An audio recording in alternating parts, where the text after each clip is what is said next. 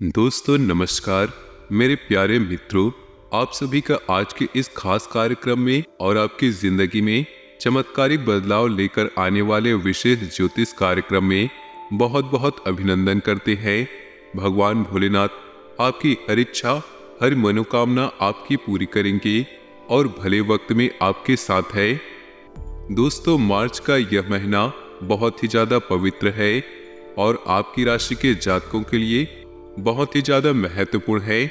हम आपको बता दें कि मार्च के इस पवित्र महीने में आपको हमेशा अपने पास में रखनी है ये एक चीज, फिर देखना आप जो चाहते हैं आपको वह सब कुछ प्राप्त हो जाएगा। दुश्मन आपके सामने नाक रगड़कर आपके सामने घुटनों पर बैठ जाएंगे और आपकी हर इच्छा पूरी हो जाएगी। यह एक चीज आपके लिए मार्च महीने में वरदान साबित होगी। एक चीज की शक्ति और महिमा इतनी बड़ी है कि दोस्तों, आपके जीवन में धन संपत्ति को लेकर जो भी परेशानी थी वो खत्म हो जाएगी। किसी भी प्रकार की नकारात्मक शक्ति आपके आसपास नहीं रह सकती। दोस्तों, यह अत्यंत ही शक्तिशाली और छुपी हुई वस्तु, तो तैयार हो जाइए, पूरा वीडियो देखिए। बड़ी मेहनत के बाद आपके लिए हमने यह वीडियो बनाया है और कुछ इस प्रकार बनाए हैं दोस्तों, आपको केवल और केवल ऐसी बातें बताई हैं जो आपके जीवन की जो व्यक्तिगत समस्या है, कुछ भी परेशानियां हैं, उन परेशानियों को ध्यान में रखकर ये वीडियो बनाई गई है। हम लंबे समय से आपकी राशि पर नजर बनाए हुए थे। हम आपकी जिंदगी के बारे में बहुत अच्छी तरह से जानते हैं कि आपको कौन सी परेशानी हुई, कब कौन सी चोट लगी, कब घाटा हुआ, कब फायदा हुआ। तो इसी हिसाब से हमने आपके लिए यह वीडियो तैयार किया है। हमने आपको हर एक बात इस वीडियो में पूरी विस्तार से बताई है और ऐसी ही विशेष जानकारी हमने इकट्ठा करके जो आपके जीवन में बहुत काम आने वाली है। दोस्तों, हम बस आपसे निवेदन करते हैं कि आज की इस वीडियो को आप शुरू से लेकर अंत तक देखिएगा। हो सकता है यह वीडियो थोड़ा सा लंबा हो जाए, लेकिन दोस्तों, आपके पूरे जीवन को अच्छा बनाने के लिए आपके कुछ मिनट यदि लग जाए, यह एक छोटी सी कीमत होगी। दोस्तों, आप इसका भरपूर प्रयोग करें, आपको इनका भरपूर लाभ पहुंचेगा। हमें इस बात पर पूरा भरोसा है। दोस्तों, हमने बड़ी मेहनत के साथ इस वीडियो को तैयार किया है। बस आप इसे शुरू से लेकर अंत तक देख लें तो हमारी मेहनत सफल हो जाएगी। भगवान भोलेनाथ के लिए भक्ति हमारी सफल हो जाएगी। तो चलिए बिना देर किए आज के इस विशेष कार्यक्रम को शुरू करते हैं। लेकिन उससे पहले आपसे निवेदन है, यदि आपने मन में भगवान भोलेनाथ की छवि बनाते हुए पूरे भक्ति भाव के साथ भोले बाबा को याद करते हुए कमेंट बॉक्स में हर हर महादेव अवश्य लिखें। भगवान भोलेनाथ की कृपा और उनका आशीर्वाद आपको प्राप्त होगा। भोलेनाथ की कृपा की आवश्यकता तो पूरे संसार को है, हर जीव जंतु को है। शक्ति के बिना तो शिव जी सबके समान हैं। दोस्तों, साथ ही साथ आपसे एक छोटा सा निवेदन है कि यदि आप हमारे इस चैनल पर पहले बार आए हैं तो हमारे चैनल को सब्सक्राइब करके बगल में जो बेल का आइकन है उसे अवश्य ही दबा दे। इससे हमारा मनोबल बढ़ेगा। यह बिल्कुल ही फ्री है। इसे भी आप भगवान भोलेनाथ की सेवा समझकर करिए, क्योंकि दोस्तों, हम भगवान भोलेनाथ का ही कार्य कर रहे हैं। उन्हीं के आदेश और अनुभूतियों के आधार पर हम इस कार्य में लगे हैं। तो चलिए जल्दी से चैनल को सब्सक्राइब कर ले, फिर आगे बढ़ते हैं। दोस्तों, अब तक आपने जो चाहा, जो परेशानियां उठाई वह सब ठीक थी, लेकिन अब आने वाले समय आपको हर हालात में सुंदर होना चाहिए, अच्छा होना चाहिए। आपकी हर एक इच्छा पूर्ण होनी चाहिए, क्योंकि आप इस सब के काबिल है, आप इस सब के लायक है।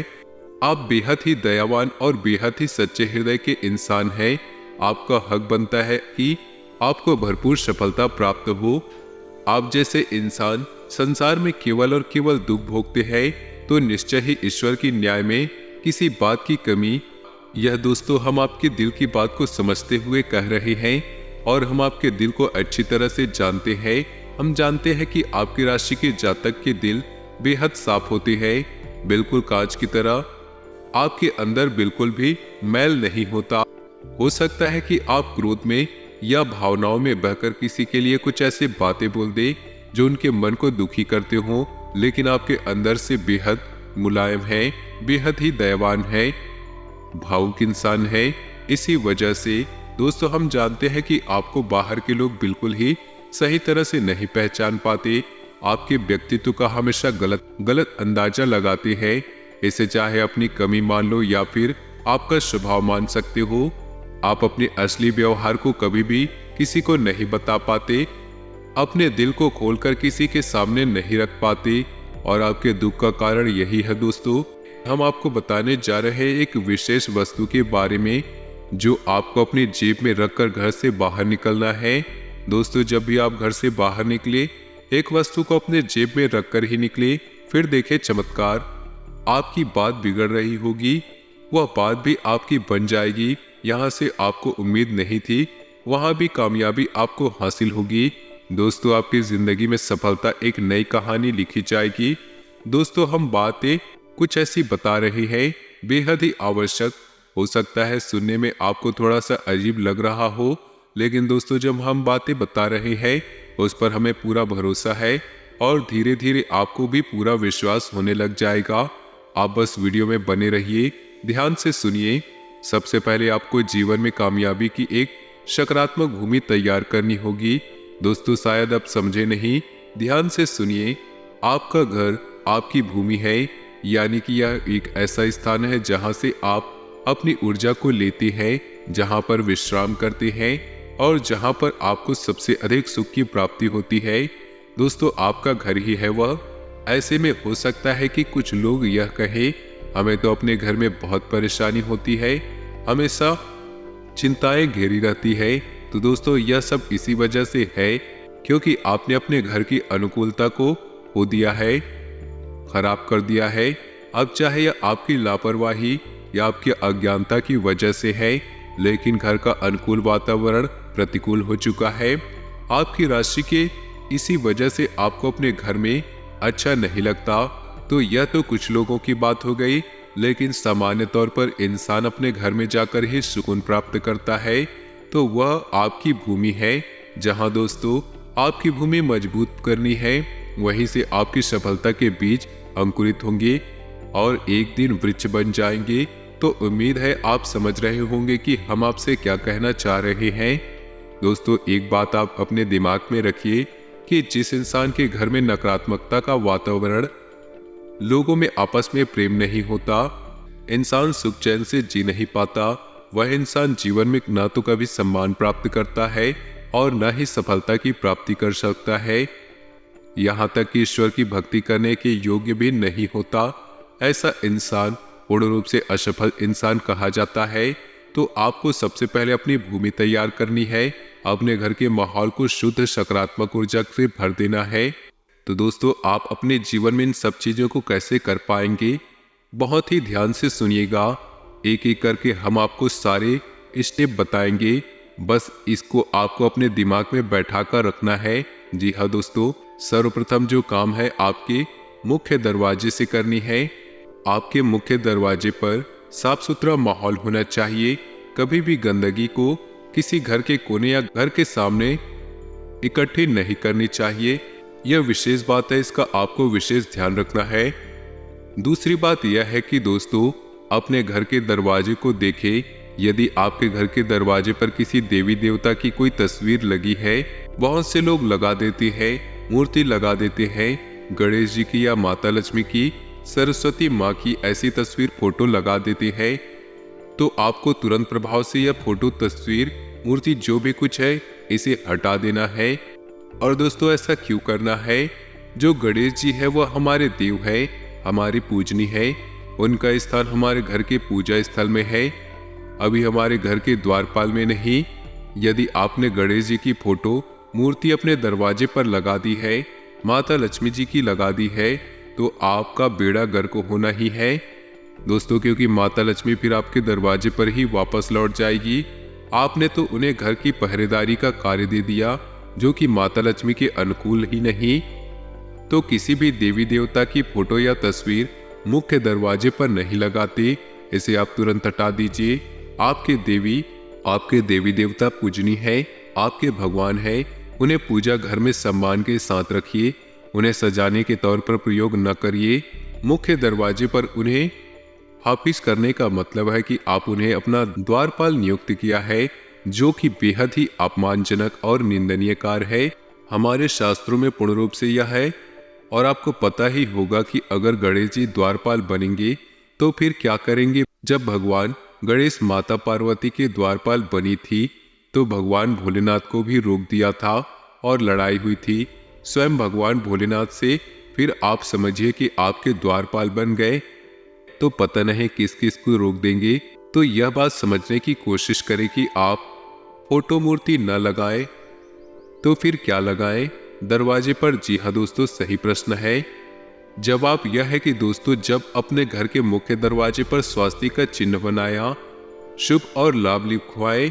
सही तरीका मुख्य दरवाजे की सबसे ऊपर सामने की ओर बीच बीच श्री लिखाए, दाएं और बाएं स्वास्तिक का चिन्ह बनाए और मुख्य दरवाजे की इस तरफ शुभ और लाभ लिखवाए। दोस्तों, इसी से आपके घर की उन्नति होगी। मुख्य दरवाजे की बात याद रखना है कि आपके घर के जो मुख्य दरवाजा है उसकी दहलीज पर कभी भी गहरी नहीं होनी चाहिए। इससे आपका राहु अति सक्रिय हो जाता है और आपको बहुत ही बुरे परिणाम देगा। दोस्तों, यदि वह गहरी है तो उसे बराबर करा दे और अगर हो सके तो थोड़ा सा ऊंचा करा दे। यह बेहद ही शुभ होगा। तो आपके घर के मुख्य दरवाजे की बात, इसे आप कैसे सुधारना है आप समझ चुके हैं। अब बात करते हैं आपके घर की। तो आपके घर के जो कोने होते हैं उनमें राहु और केतु का वास माना जाता है। जो आपके घर के कोने होते हैं उनमें कभी भी अंधेरा नहीं होना चाहिए, पहली बात। दूसरी बात यह है कि वहां मकड़ी के जाले और गंदगी किसी भी कीमत पर नहीं होनी चाहिए। ऐसा करने से भी राहु अति सक्रिय होकर आपको दुष्परिणाम देने लगेंगे। जी हाँ दोस्तों, इस बात का विशेष ख्याल रखना है आपको। अगली बात यह है कि दोस्तों, ब्रह्म स्थान में गहराई नहीं होनी चाहिए, यानी कि गड्ढा नहीं होना चाहिए और साफ सुथरा होना चाहिए। ईशान कोण के बारे में आपको अपनी पिछली कई वीडियो में हम बता चुके हैं कि आपको पता ही होगा उसके स्थान पर आपको क्या करना है। अब बात करते हैं आपके घर के सबसे महत्वपूर्ण स्थान की, अर्थात आपके घर के पूजा स्थल, जहां से सकारात्मक ऊर्जा बहती है, वहीं से निकलती है। आपके पूरे घर में आपके घर के पूजा स्थल में कुछ चीजें बिल्कुल भी ना रखी। पहली बात है कि किसी देवी या देवता की दो मूर्ति या फोटो ना रखे, किसी भी कीमत में नहीं रखना है। मूर्ति 4 अंगुल से बड़े आकार की बिल्कुल भी ना हो। ज्यादा बेहतर है कि तस्वीरें रखें, क्योंकि मूर्ति पूजन का विधान केवल और केवल मंदिर के लिए होता है। दोस्तों, हम इस प्रकार के विधि विधान का पालन गृहस्थ जीवन में नहीं कर पाते, तो आप तस्वीरें रखें अपने पूजा स्थल में। दूसरा, अपने घर के पितृ पूर्वज को अपने घर के पूजा स्थल में बिल्कुल भी ना रखें। बहुत से लोग ऐसा करते हैं कि अपने घर के पूर्वजों की तस्वीरों को अपने पूजा घर में रख देते हैं, अपने पूजा घर के दाएं बाएं कहीं पर भी स्थापित कर देते हैं। तो दोस्तों, आपको बिल्कुल भी ऐसा नहीं करना है। अपने घर में जो भी पूजा घर है, चाहे वह अलमारी है या छोटा कमरा, अपने पितरों को बिल्कुल वहां से दूर रखें। तो दोस्तों, उन्हें कहाँ रखना है यह भी हम आपको बताने जा रहे हैं, लेकिन फिलहाल के लिए आप उन्हें अपने पूजा घर से हटा लें। उनका पूजन आपको नहीं करना है, आपको इसका विशेष रूप से ध्यान देना होगा। तीसरी बात कि आपको अपने पूजा घर में पुराने फूल और पुरानी जली हुई बात को बिल्कुल भी नहीं रखना है। दोस्तों, पुराने फूल बहुत ही अधिक नकारात्मक ऊर्जा को सर्जित करते हैं, तो इन्हें आपको हटा देना है। और जली हुई बात में जो उन्हें भी कहीं भी इकट्ठा नहीं होने देना है, उन्हें भी हटा दे। और इनमें सबसे महत्वपूर्ण बात, यदि आपके घर में जो मंदिर है, लकड़ी का मंदिर है या फिर किसी प्रकार का मंदिर है आपने बनवा रखा है, उसके ऊपर यदि गुम्बद बना हुआ है जिसे हम शिखर कहते हैं, तो आप उसे तुरंत हटा दे। यह बेहद अनिष्ट कार्य दोस्तों आपके घर में घोर नकारात्मकता को आकर्षित करता है। इस शिखर को आपको तुरंत हटा देना है। घर में जो मंदिर होता है उसमें शिखर नहीं बनाया जाता। दोस्तों, इस प्रकार की पूजा पाठ का विधि विधान हम अपने गृहस्थ जीवन में नहीं कर सकते, तो फिर होता यह है कि यदि हम ना माने और ऐसे कार्य करने लगे, यानी कि अपने घर में शिखर वाले मंदिर भगवान को रखे, पूजा पाठ करने लगे, तो इससे हमारे पूजा पाठ के हमें नकारात्मक परिणाम प्राप्त होने लगते हैं। इन कार्यों से आपको बचना है। अब यह तो हो गया आपके घर में पूजा का घर।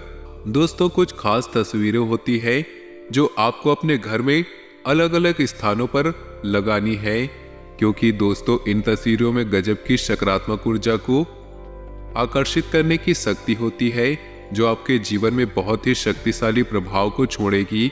तो आप इन्हें कहाँ लगाना है यह जानना बेहद आवश्यक है।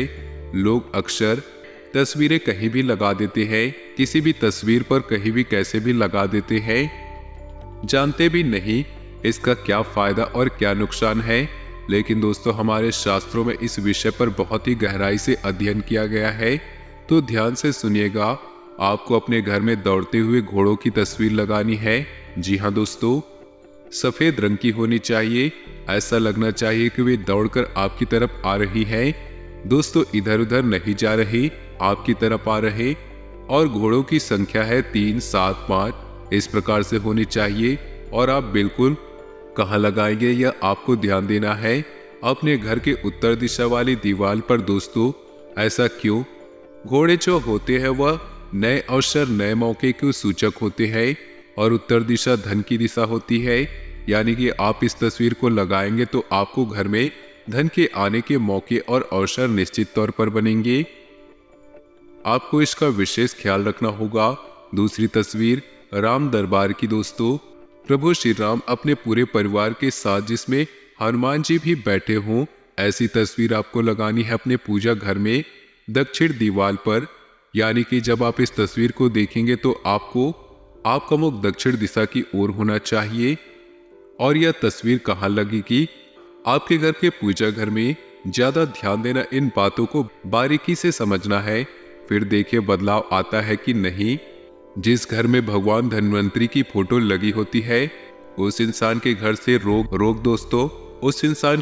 रोग दोस्तों कोसों दूर रहते हैं। धन संपत्ति भी घर में प्रवेश कर जाती है। दोस्तों, अब बात करते हैं उस एक चीज के बारे में जो आपको अपनी जेब में रखकर निकलना है। या दोस्तों, आपको क्या करना है? आप अपनी जेब में या कोई पर्स रखते हो, या फिर यूं कहे कि जेब में कुछ न कुछ रुमाल वगैरह भी रखते होंगे। बस उसी के साथ आपको इस चीज को भी रखना है। अब यह एक चीज है, कई छोटी छोटी चीजों से मिलकर बनेगी, तो इसे ध्यान से आपको सुनना होगा। और इस चीज को कैसे रखना है यह हम आपको बता रहे हैं, बस आपको ध्यान से समझे। और दोस्तों, इसे कहते हैं धन की पोटली। धन की पोटली इसलिए कहा जाता है क्योंकि जो इंसान इसे अपनी जेब में रखता है, उसकी जेब में हमेशा और हमेशा धन का वास होता है। जीवन से उसके धन कभी भी दूर नहीं जा सकता। तो अब आपको क्या करना है? आपको एक चौकोर कपड़ा लेना है। यह कपड़ा हरे रंग का होना चाहिए। पोटली 2 प्रकार से बनती है। एक तो आपको तिजोरी के लिए, जिसमें हम लाल रंग का कपड़ा प्रयोग करते हैं, और एक आपके जेब में रखने के लिए, जिसमें कि हम हरे रंग के कपड़े का उपयोग करते हैं। तो आपको एक चौकोर हरे रंग का कपड़ा लेना है। अब इस हरे रंग के कपड़े में आपको क्या करना है? ध्यान से सुनिएगा। थोड़ी सी चावल लेनी है। 11 चावल के दाने चाहिए, टूटे नहीं होने चाहिए। उनमें थोड़ी सी हल्दी लगी हो, साथ ही साथ एक चांदी का सिक्का और थोड़ी साबुत धनिया, एक लौंग का जोड़ा और एक इलायची का जोड़ा, और थोड़ा सा कपूर। दोस्तों, इन सभी सामग्रियों को आपको इसी कपड़े में लपेटना है और हरे रंग के धागे से उसे चारों तरफ से लपेटकर एक पोटली का रूप दे देना है। अब इसे आपको बनाना कब है? इसे आपको बनाना है शुक्रवार के दिन। दोस्तों, ध्यान से सुनना। शुक्रवार के दिन जब आप इसे बनाए तो सबसे पहले माता लक्ष्मी की पूजन कर, माता लक्ष्मी की पूजन विधि विधान से आपको करना है। रात्रि के समय यह कार्य करनी है। किसी भी शुक्रवार के दिन आपको सारा सामान इकट्ठा करके अपने घर लाना है, पोटली तैयार करनी है।